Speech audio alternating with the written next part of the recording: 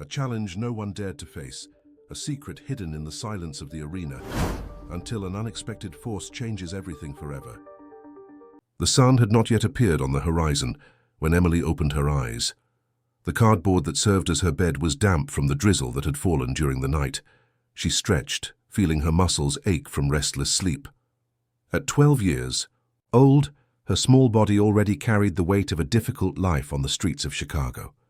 She got up, adjusted the faded t-shirt she had received from a man a few weeks ago, and put on her worn-out sneakers. One of the shoelaces was broken, tied with a makeshift knot. She ran her hand through her brown hair, trying to untangle it with her fingers. "Good morning, Emily. Up early today, huh?" greeted Mr. Anthony, the owner of the corner bakery, who was beginning to open the doors of his establishment. "Good morning, Mr. Anthony," she replied with a shy smile. Despite the difficulties, Emily never lost that gleam in her eyes, a silent determination that intrigued people. The baker handed her a warm bread roll. "Here, little one, just came out of the oven." "Thank you, Mr. Anthony. Can I help clean the sidewalk in return?" "No need today, Emily. But if you'd like to take this package to Mrs. Carmen down the street, I'd appreciate it." Emily carefully took the package and set off on her first task of the day. She knew every corner, every alley, every traffic light in that neighborhood. It was on the streets that she found her livelihood, cleaning windshields, selling candy, carrying shopping bags. After delivering the package to Mrs. Carmen, Emily headed to her usual spot at the traffic light on the main avenue. With an old flannel cloth and a spray bottle of water with detergent, she approached the stopped cars politely, even when she received rude responses or windows closed in her face. It was there, while waiting for the light to change, that she overheard a conversation that would change her life. "Did you hear about Frank's challenge?" asked a man inside a pickup truck to another driver in the lane beside him. "That rich rancher with land outside the city? What about him?" "He has a horse that nobody can tame. They've tried everything. The beast is a demon, but beautiful to behold. Black as night, strong as a bull." Emily moved closer discreetly, pretending to clean the rearview mirror while paying attention to the conversation. "And he's offering a reward to anyone who can tame it. An amount that would change anyone's life," the man continued. "But so far nobody has lasted even 5 minutes on that animal." The light turned green and the cars moved on, but the words kept echoing in Emily's mind. Something about that story had touched a deep chord within her. She remembered when she was younger, before ending up on the streets, when her grandfather would take her to see the horses at an acquaintance's ranch.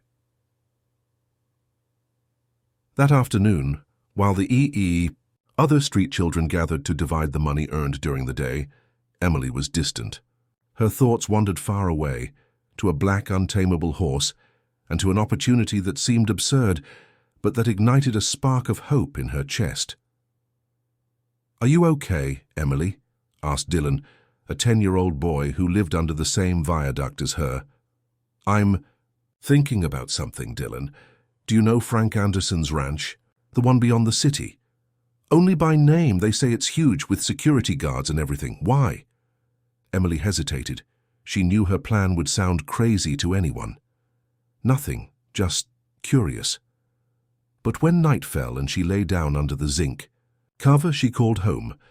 The distant sound of passing trucks lulled her dreams of a black horse running free across the field, and she, Emily, mounted on its back, finally feeling what true freedom was like. The decision was made before dawn. With the few belongings she had in a worn-out backpack, some coins saved with great difficulty, and a determination greater than fear itself, Emily set off in the direction of the road that led out of the city.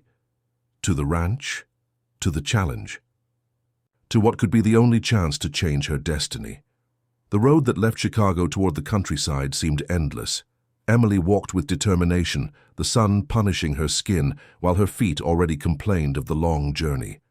Occasionally she hitchhiked on trucks heading in the same direction, but most of the trip was made on foot, step by step, with the image of the black horse firmly planted in her mind.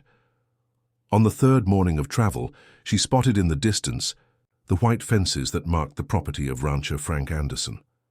As she approached, the dimensions of Clear Sky Ranch revealed themselves imposingly. Green fields stretched as far as the eye could see, dotted with leafy trees and herds of cattle. In the center of it all, a large house, almost a mansion, gleamed under the morning sun. Emily's stomach growled with hunger, but she ignored the sensation, focusing on her objective. Upon reaching the large entrance gate, she was greeted by two men with serious expressions, wearing leather hats and checkered shirts. "What do you want, girl?" asked the older one, with a harsh voice that betrayed years of smoking hand-rolled cigarettes. "I came for the challenge," replied Emily, raising her chin, and trying to appear taller than her meager 4'11" allowed.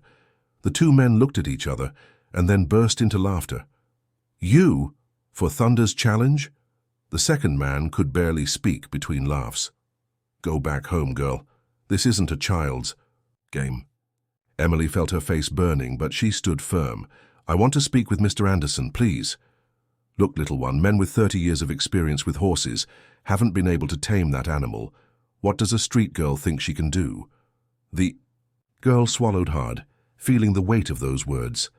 But something inside her, that same flame that kept her alive on the streets of Chicago, refused to be extinguished. "Then I'll wait. Right here until he can see me." The men shook their heads between irritation and disbelief and continued their work, ignoring her.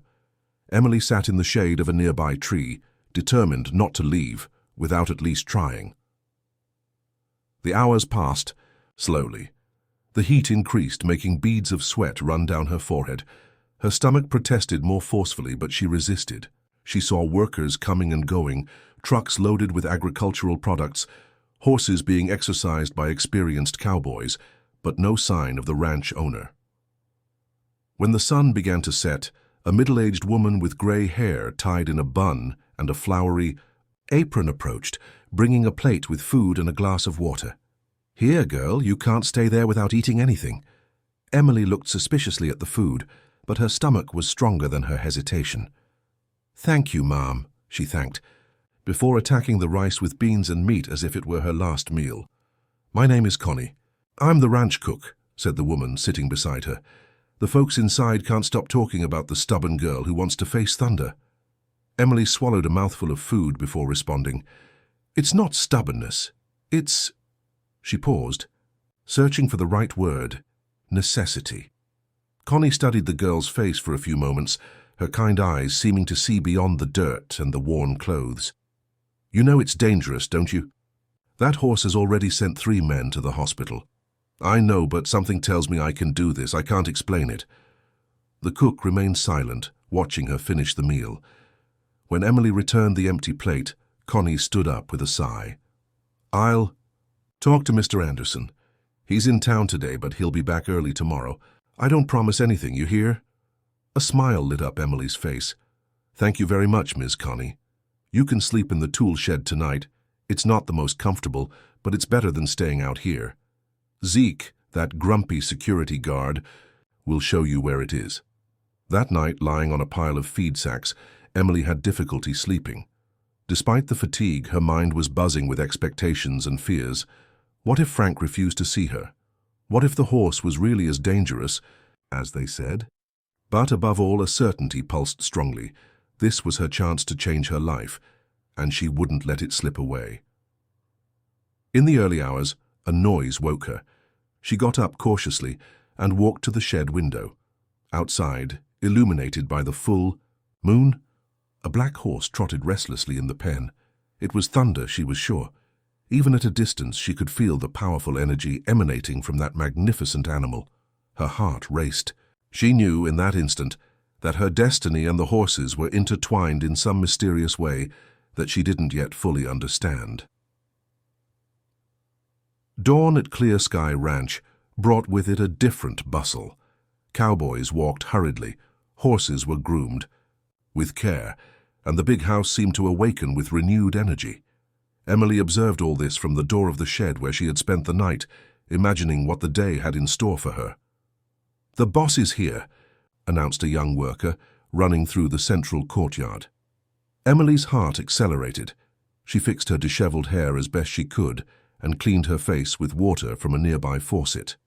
She had no better clothes to wear, but she tried, at least to look presentable. A gleaming black pickup truck parked in front of the main house. A tall man with broad shoulders descended from the vehicle, wearing impeccable jeans and a blue button-down shirt with rolled-up sleeves.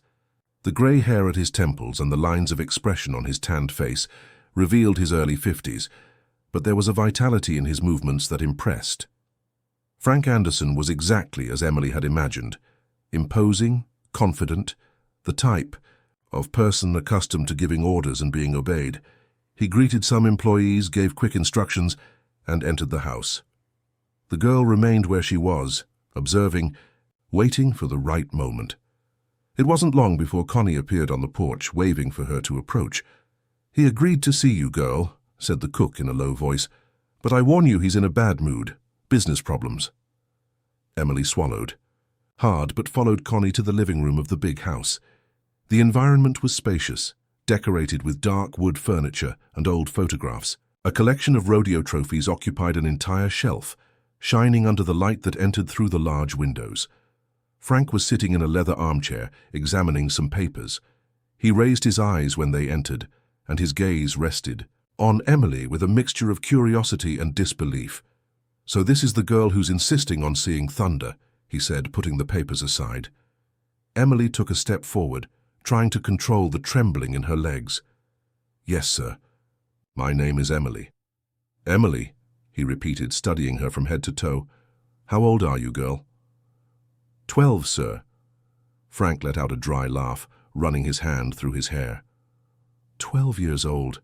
And you think you can do what men with decades of experience couldn't? "I don't know if I can, sir, but I'd like to try." The rancher got up, walking to one of the windows. Outside, the sun shone on the green pastures where horses grazed peacefully. "Have you ever ridden a horse before, Emily?" "Yes, sir. When I was younger, my grandfather used to take me riding at a friend's ranch. And these horses were tame, I imagine. Riding horses, trained for children." Emily nodded, feeling increasingly smaller. "Thunder is not a riding horse," continued Frank, turning to face her. "He's a thoroughbred with Arabian blood, bred for competition. He was bought for a small fortune, but since he arrived here, no one has been able to tame him completely. He accepts being fed, groomed, but doesn't tolerate being ridden for more than a few minutes. He's already sent 3 experienced men to the hospital." The girl listened in silence, the fear growing, but the determination remaining intact. "Why?" "Do you want to try, Emily? What does a street girl want with such a challenge?" The direct question caught her by surprise. She thought about lying, inventing a story, but something in Frank's gaze made her opt for the truth. "Because I need to prove that I can be more than what people expect of me, sir. On the streets, nobody expects anything good from a girl like me. If I can tame thunder, maybe I can change my life." A silence settled in the room. Frank observed her with an indecipherable expression. Connie, who had remained quiet until then, discreetly cleared her throat. "The reward you're offering would also help, I imagine," added the cook with a small smile. Emily blushed but nodded timidly. "Yes, that too." To her surprise, Frank let out a genuine laugh, different from the previous one. "At least you're honest, girl. That's already more than I can say for many men who've walked through that door." He sat back down, observing Emily with attentive eyes as if trying to see beyond the fragile appearance. "I'll allow you to try, Emily, but with some conditions." The girl's heart raced. She couldn't believe what she was hearing. "First, you'll have 2 weeks to prepare. During this period, you'll learn the basics about the ranch horses. You'll observe Thunder, understand his habits. Second, at any sign of real danger, I stop everything. Third, you don't have permission to ride Thunder without my presence or Jax, the foreman." "Yes, sir. Thank you, sir." Emily could barely contain her emotion. "Don't thank me yet," warned Frank, standing up again. "I'm just giving you a chance because something in your eyes reminds me. Well, that doesn't matter now. Connie will show you where you'll stay and provide suitable clothes. The work begins tomorrow at sunrise." When Emily left the room, accompanied by Connie, she felt as if she were floating. Hope, that flame she had always kept lit even in the most difficult moments, now burned with even more strength. At Clear Sky Ranch, under the watchful eye of Frank Anderson, she would have the chance to prove her worth, to the world, and to herself. The room that Connie showed Emily was in an annex near the main house, where some ranch employees slept. It was simple, with a single bed, a small wardrobe, and a window that overlooked the stable. For someone accustomed to sleeping under viaducts, it seemed like an unimaginable luxury. "I left some clean clothes in the wardrobe," said Connie, opening the furniture door. "They belong to my niece. They should fit you." "Thank you very much, Miss Connie," thanked Emily, touching the soft fabric of the shirts and pants hanging there. "The bathroom is at the end of the corridor. Dinner is served at 7 in the cafeteria." The cook paused, looking at the girl with a mixture of concern and curiosity. "Are you sure you want to go through with this, Emily?" The girl nodded without hesitation. "Yes, I am. It's my only chance." Connie sighed, but a small smile appeared on her lips. "Well, then rest today. Tomorrow will be a long day." After the woman left, Emily sat on the bed, testing the soft mattress. Everything seemed like a dream, so distant from the reality she knew. She allowed herself to lie down for a few minutes, feeling the fatigue of the journey finally weighing on her body. But soon, anxiety made her get up. She approached the window, looking at the stable. Several horses were coming and going, accompanied by cowboys. She looked for Thunder but couldn't identify him among the animals. She decided to take a shower and wear clean clothes before dinner. In the cafeteria, Emily's presence caused curiosity among the workers. Whispers followed her as she served herself rice, beans, and roast meat. She sat at a distant table, but it wasn't long before someone occupied the place in front of her. "So you're the girl who wants to tame Thunder?" asked a black man in his 40s, with a well-trimmed mustache and kind eyes. "Yes, sir," she replied, timidly. "Jack Peterson," he introduced himself, extending his calloused hand. "I'm the ranch foreman." Emily shook his hand, impressed by its firmness. "Mr. Anderson told me you start tomorrow. I'll be your instructor." "Thank you for helping me, Mr. Jack." The man gave a brief laugh. "Don't thank me yet. Let's see if you can handle the first day." The conversation was interrupted when two other men approached the table. One of them, tall and thin with stubble, sat next to Jack. The other, younger, with broad shoulders and an arrogant expression, remained standing, looking at Emily with barely disguised contempt. "This is the girl?" asked the younger one, crossing his arms. "She won't last a day." "Respect the girl, Mark," warned Jack, giving the young man a severe look. "I'm being realistic. Look at her size. How is she going to control a horse like Thunder?" Emily kept her gaze fixed on her plate, trying to ignore the harsh words. "It's not always a question of strength," intervened the thin man with a calm voice. "Sometimes it's a question of connection." "Connection?" mocked Mark. "That's talk for amateurs, Sam. Horses need to feel who's in charge." "That's why you've never managed to ride Thunder for more than 3 minutes," retorted Sam, drawing discreet laughter from nearby workers. Mark turned red with anger, but before he could respond, Frank's voice sounded at the entrance to the cafeteria. "Good evening, everyone." The rancher rarely dined with the employees, and his presence caused an immediate silence. He walked to the table where Emily was, ignoring the curious looks. "I see you've already met Jack and Sam," he said, placing his hand on the thin man's shoulder. "Sam was a professional horse tamer for 20 years before coming to work here. He'll help Jack with your training."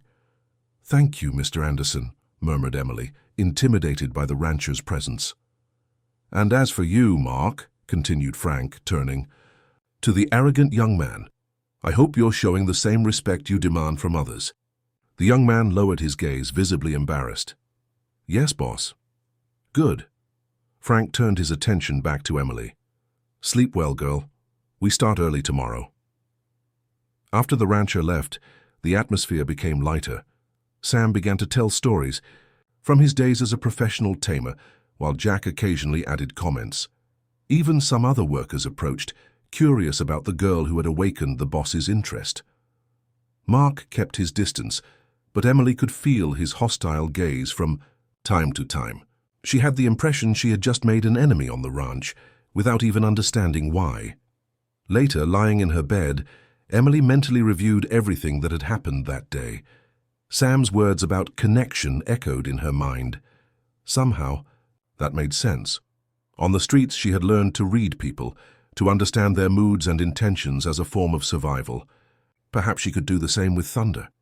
Sleep finally overcame her, bringing confused dreams where black horses galloped under stormy skies, and a pair of watchful eyes observed her from afar, eyes that strangely resembled those of Frank.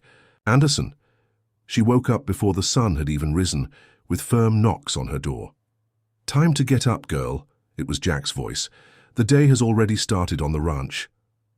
Emily jumped out of bed, quickly dressed in the clothes Connie had given her, and went out into the corridor, where the foreman was waiting.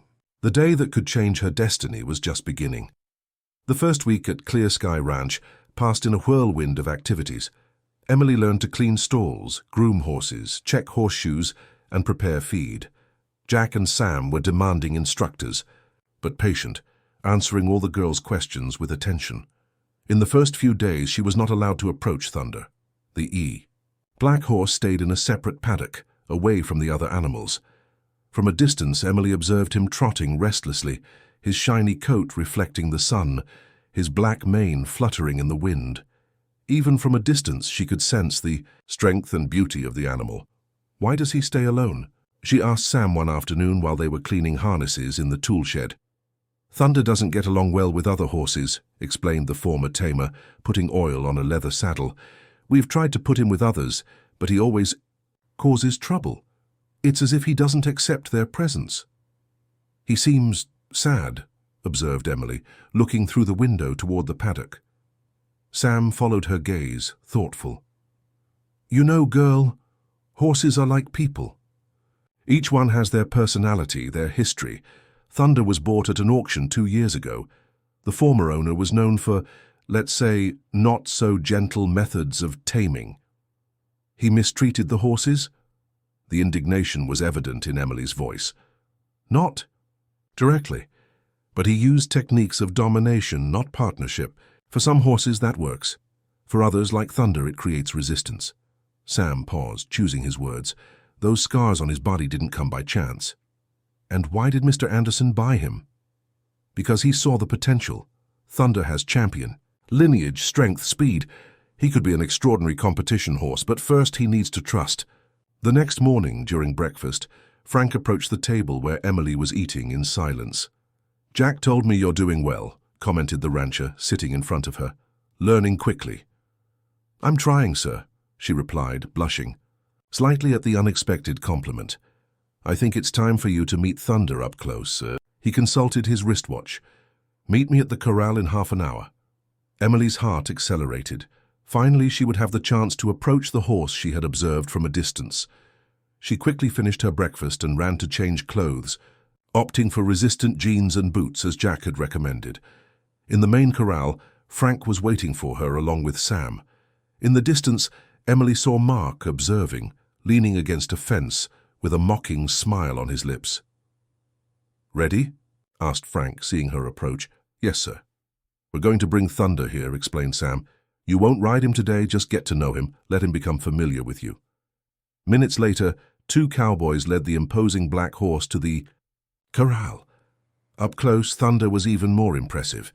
Taller than the other horses on the ranch, his muscular body displayed old scars that, instead of diminishing his beauty, seemed to tell stories of battles won. The animal's eyes, deep and dark, fixed immediately on Emily. There was distrust in that gaze, but also a curiosity that the girl recognized immediately. It was the same kind of look she cast at strangers, on the streets, assessing whether they represented danger or help. "You can approach slowly," instructed Sam. "Let him smell you first." Emily took small steps forward, her heart pounding in her chest. Thunder snorted, shaking his head, but didn't retreat. When she was a few meters away, she stopped, extending her hand with the palm facing up. "Talk." "To him," suggested Frank, carefully observing the interaction. Horses respond to tone of voice. "Hi, Thunder," Emily said softly. "I'm Emily. I won't hurt you." The horse tilted his head, as if trying to understand the words. He took a hesitant step toward the girl, extending his muzzle to sniff her hand. The touch was brief, the animal's warm breath against her skin making Emily tremble with emotion. "Amazing," murmured Sam. "Normally he doesn't let strangers get So close so quickly. He knows how to recognize when someone doesn't pose a threat, commented Frank, crossing his arms. Continue, Emily. Try to touch him on the neck. Carefully, the girl moved her hand to the horse's neck, feeling the soft texture of the coat. Thunder allowed the touch for a few seconds before backing away, agitated. That's enough for today, decided Frank. It was a good start. In the following days, Emily spent more and more time with Thunder.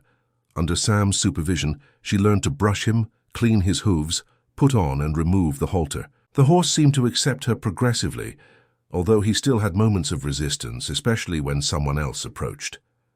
It's as if he only trusts you, observed Connie one afternoon while watching Emily feeding the animal. We understand each other, replied the girl simply. At night in her room, Emily wrote in a notebook that Jack had given her every observation about Thunder's behavior. What agitated him, what calmed him, his habits, his preferences. She was determined to know the animal completely before trying to ride him. On the eve of completing 2 weeks at the ranch, Emily was in the stable, brushing Thunder, when Mark appeared alone. Impressive, he said, leaning against the doorframe. The little street girl managing to do what no one else could. There was something in his tone of voice that made Emily uneasy. Thunder noticed the change, becoming agitated. Hi, Mark, she replied cautiously. Can I help you with something? The young man approached, making the horse back away, agitated. You know what they say on the ranch? That you have a special gift, that not even the boss's son achieved what you're achieving. Son? Emily couldn't hide her surprise. Frank had never mentioned a son. A malicious smile appeared on Mark's lips. Ah, nobody told you? Mr. Anderson? Had a son, Richard. He was passionate about horses, just like his father. He made a dramatic pause. He was the first one who tried to tame Thunder. Emily felt a tightness in her chest, sensing that there was more to that story. What happened? An accident. Thunder reared, Richard fell, hit his head, was between life and death for weeks. When he finally recovered, he wasn't the same anymore. Today he lives in a clinic in Chicago undergoing treatment. The revelation hit Emily like a blow. Suddenly Frank's interest in her, the chance he had given her, everything gained a new dimension.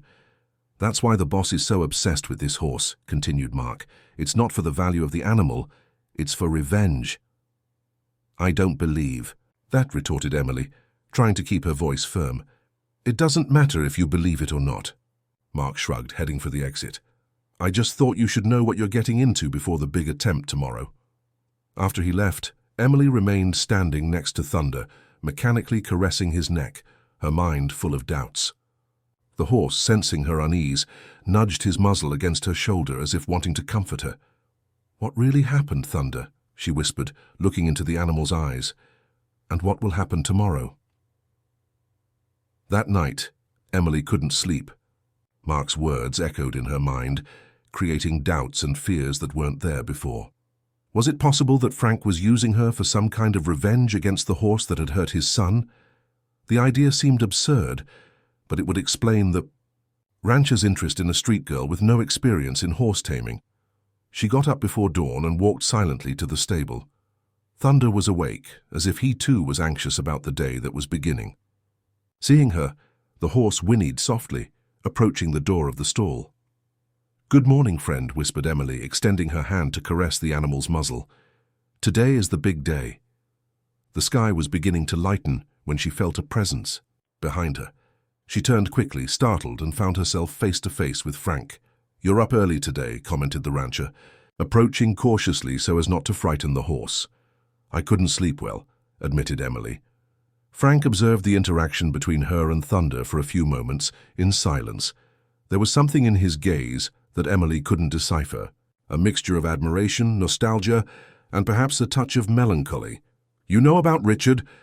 He finally asked, surprising the girl with his directness. Emily hesitated but decided on honesty. Mark told me yesterday about the accident. Frank sighed deeply, running his hand through his graying hair. I figured someone would end up telling. You? He paused, as if organizing his thoughts. What else did he say? That you want revenge against Thunder for what happened to your son. To Emily's surprise, Frank let out a short laugh, without humor. Mark always had a fertile imagination. No, Emily, I don't want revenge. If I did, I would have sold Thunder a long time ago or worse. Then why did you let me try? The question escaped before she could contain it. The rancher leaned against the stall fence, looking to the horizon, where the sun was beginning to rise, tinting the sky orange and pink. Richard has been passionate about horses since he was little. He grew up on this ranch, learning everything about breeding, training, competition. He had a natural talent, especially for dealing with difficult animals. His gaze became distant, lost in memories. When I bought Thunder, everyone warned me it would be impossible to tame him completely, but Richard saw something in him, just as you saw. Emily listened attentively, beginning to understand. The accident wasn't the horse's fault, continued Frank. It was my fault. I pushed Richard to try to ride Thunder before they were ready. There was an important competition approaching, and I wanted to show the world the extraordinary horse we had acquired. My haste, my ambition. He shook his head, as if wanting to push away the painful memory. And what happened afterward? Asked Emily softly. Richard was in a coma for almost a month. When he woke up, he didn't remember much, had difficulty speaking, moving. The doctor said the recovery would be slow, perhaps incomplete. His voice faltered slightly. He's in a clinic in Chicago, doing physical therapy, occupational therapy. He's improving, slowly. I'm sorry, murmured Emily, touched by the evident pain in the rancher's words. I didn't keep Thunder for revenge, Emily. I kept him for Richard, because I know that if my son fully recovers one day, the first thing he'll want to do is come back to this ranch and finish what he started. The words hung in the morning air, laden with hope and determination.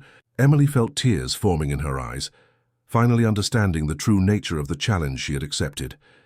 And when I saw you, so small and determined, insisting on seeing Thunder even when everyone said it was impossible. Frank turned to face her. I saw something of Richard in you, the same stubbornness, the same instinctive connection with animals.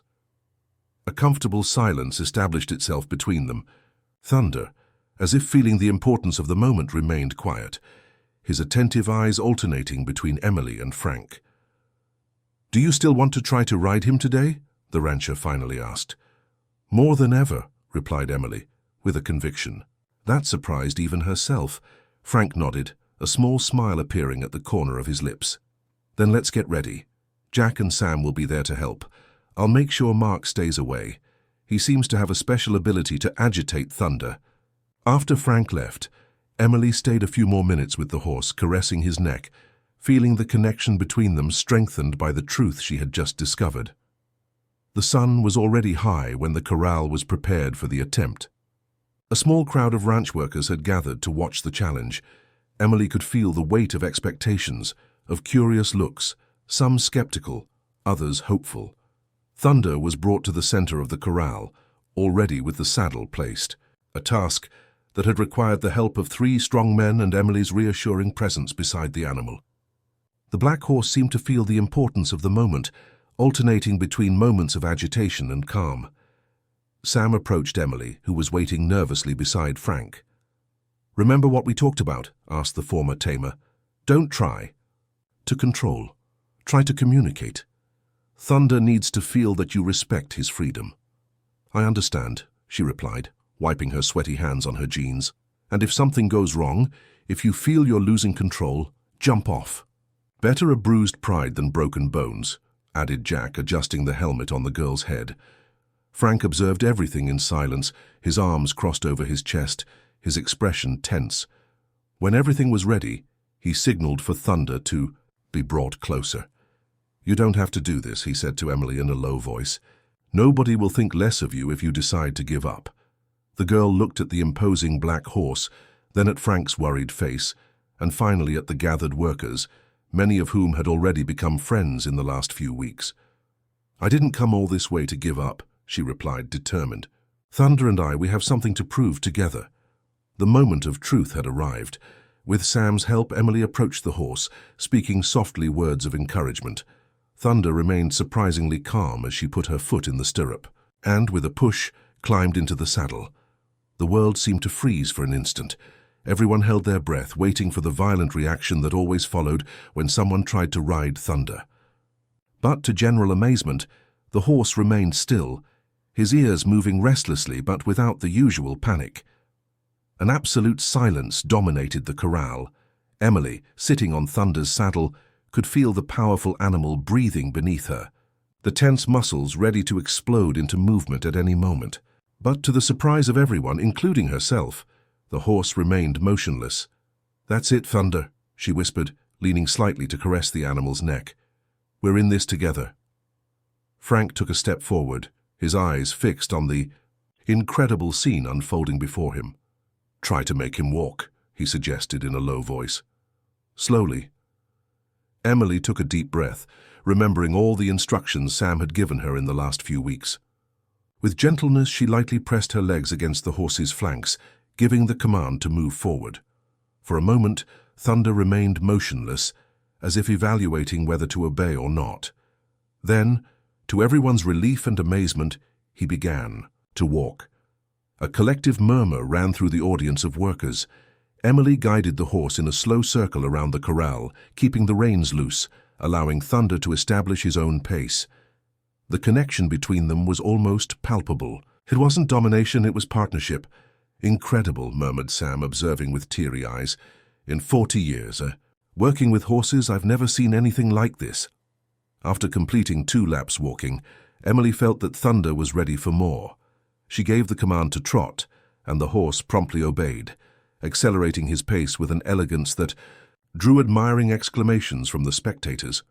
Frank observed everything with a contained smile, his eyes bright with emotion. Jack approached him, placing his hand on his shoulder. "You were right about her," said the foreman. "She has the gift." The trot continued for a few minutes, Emily and Thunder moving in perfect synchrony. The girl felt as if she were flying, the initial fear completely replaced by a quiet confidence. In an impulse, she decided to test the limits of Thunder's trust. "Let's go, friend," she whispered, giving the command to gallop. For an instant, hesitation. Then, as if having made a decision, Thunder launched into a powerful gallop, his hooves beating rhythmically against the ground of the corral. The audience applauded spontaneously, excited by the spectacle. Emily felt the wind on her face, the strength of the animal beneath her, the freedom of being truly connected with Thunder. It wasn't just about taming a wild horse. It was about 2 free souls finding each other, recognizing something in common: the resistance, the strength, the ability to trust again after so many wounds.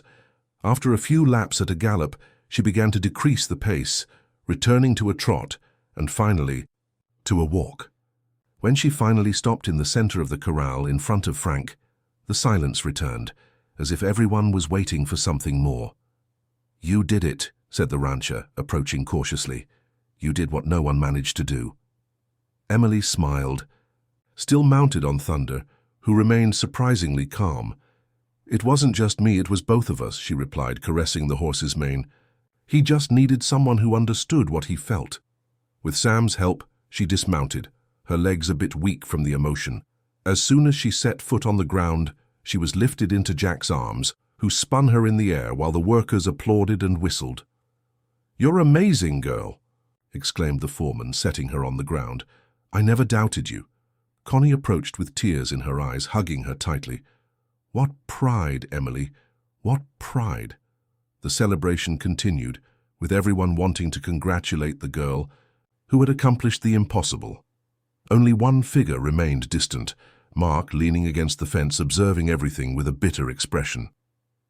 When the agitation subsided a bit, Frank signaled for Emily to follow him. They moved away from the group, walking to a point where they could see the entire ranch, the green fields stretching to the horizon. "You deserve every penny of the promised reward," began the rancher, taking an envelope from the inside pocket of his jacket. "It's all here." Emily took the envelope with trembling hands, hardly believing she had really succeeded. That money meant a chance to change her life, to have a roof, perhaps even to go back to school. "Thank you, Mr. Anderson," she said. her voice choked with emotion. The man looked at her with a serious, almost solemn expression. "I have a proposal. For you, Emily. You don't have to answer now. You can think it over carefully." "What proposal?" she asked, curious.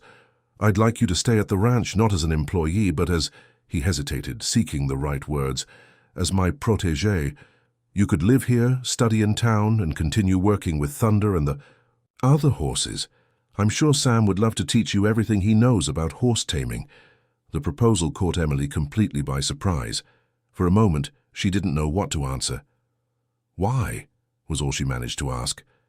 Frank looked at the horizon, thoughtful. "When Richard was little, we used to stand in this very spot watching the sunset. He would tell me that one day he would be the best horse trainer in the country." A sad smile crossed his face. "After the accident, I thought that dream was over. But seeing you today with Thunder, I realized that special talents like yours can't be wasted. And your son, wouldn't he be too bothered?" "Richard?" Frank let out a genuine laugh. "When he finds out what you did, he'll want to meet you immediately. In fact," he paused as if making a sudden decision, "I'm planning to take him to the clinic in Chicago this weekend. Would you like to come with me?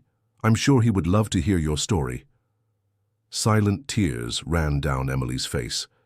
After years, on the streets with no one to care about her, suddenly she had people who valued her, who recognized her talent, who wanted to give her a chance. And all because of a horse that, like her, just needed to be understood. "I would love to stay," she finally answered, her voice choked with emotion. "And to meet Richard, too." Frank smiled, placing his hand on the girl's shoulder. "Then it's decided. From today, this ranch is also your home." They returned to the corral where Thunder was still waiting. The horse whinnied softly when he saw Emily approach, as if calling her. She ran to him, hugging his neck, feeling the connection that had changed her. Destiny.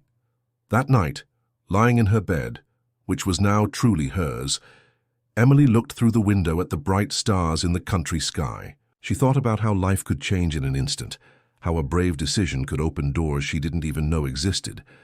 She thought about the difficult days on the streets, the cold nights, the hunger, the loneliness. And she smiled, realizing that that part of her story had ended. A new story was just beginning, a story of new beginnings, of friendship, of trust, and of hope. A story she would write together with Thunder, with Frank, with Richard, and with all those who had welcomed her at Clear Sky Ranch. Outside, under the moonlight, Thunder grazed peacefully in the field, free from the bonds of fear and distrust that had imprisoned him. Just like Emily, he had finally found his place in the world. She hurried to finish grooming Thunder, gave him a last carrot as a reward, and left the stable, her heart pounding in her chest. When she reached the central courtyard, she saw Frank's car parking in front of the main house. "Go on," encouraged Sam, who had followed her.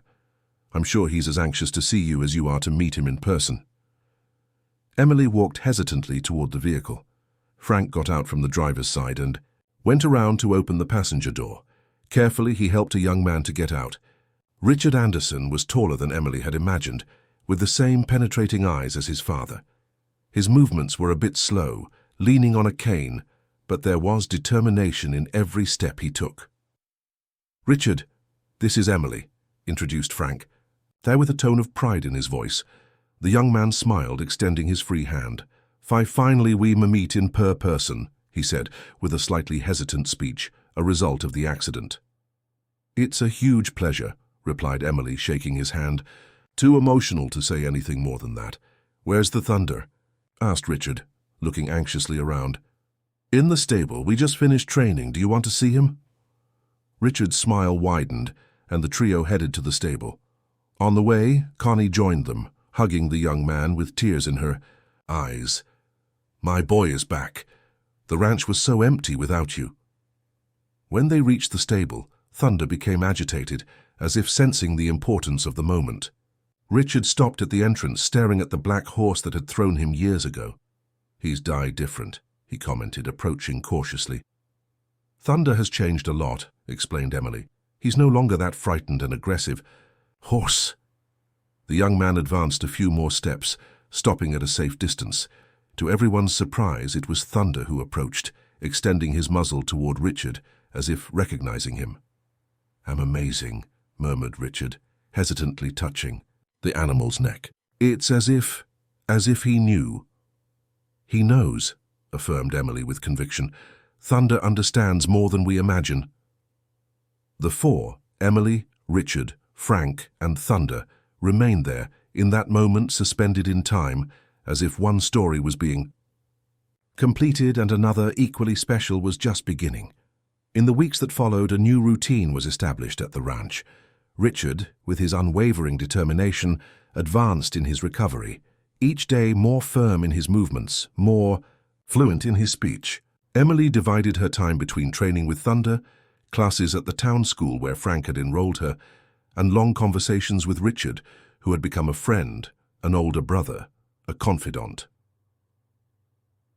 On a Sunday afternoon, while they were watching Thunder grazing peacefully in the field, Richard made a proposal that caught Emily by surprise. "I want to help you train for the national championship," he said, his speech already clearer and more confident. "Before the accident, I used to compete. I can teach you some techniques." "You would do that?" asked Emily, moved. "Of course, we're family now, aren't we?" Family.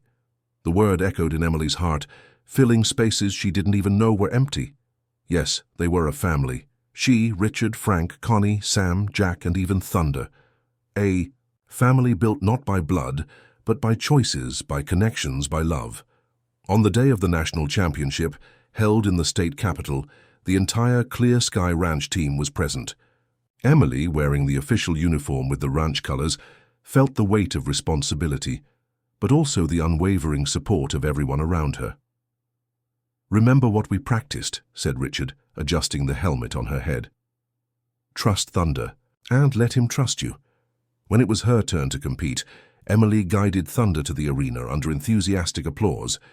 The obstacle course was challenging, requiring precision, speed, and mutual trust. She took a deep breath, feeling the powerful animal beneath her, ready to give his best. The judge gave the signal, and they set off. Each jump was perfect, each turn executed with grace. The audience watched in respectful silence, witnessing the extraordinary connection between the young rider and her black horse. When they crossed the finish line, the timer marked a record. The wait for the results seemed endless. When they finally announced, the announcer's voice echoed through the sound system.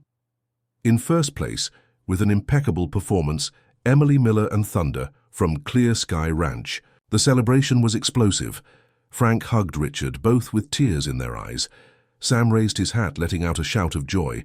And in the center of the arena, Emily dismounted from Thunder, hugging the neck of the animal that had changed her life.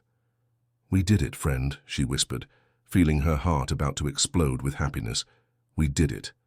As she received the gold medal and the trophy, Emily looked at the stands where her improvised family applauded her, standing. She thought about the street girl she once was, the dreams that seemed impossible, the closed doors, the indifferent looks. And then she looked at Thunder, at the path they had walked together, at the barriers they had knocked down, at the trust they had built. Some stories begin on the dusty streets of a big city and end under the spotlights of a competition arena. Some journeys begin with fear and distrust and culminate in love and partnership. Emily and Thunder's was one of those stories, one of those journeys, living proof that when two hearts meet on the same frequency, there is no obstacle that cannot be overcome, no dream that cannot become reality. And as the sun set on the horizon, tinting the sky with shades of gold and purple, Emily knew that this was not the end of her story. It was just the glorious beginning of a new chapter, full of promises, challenges, and endless possibilities.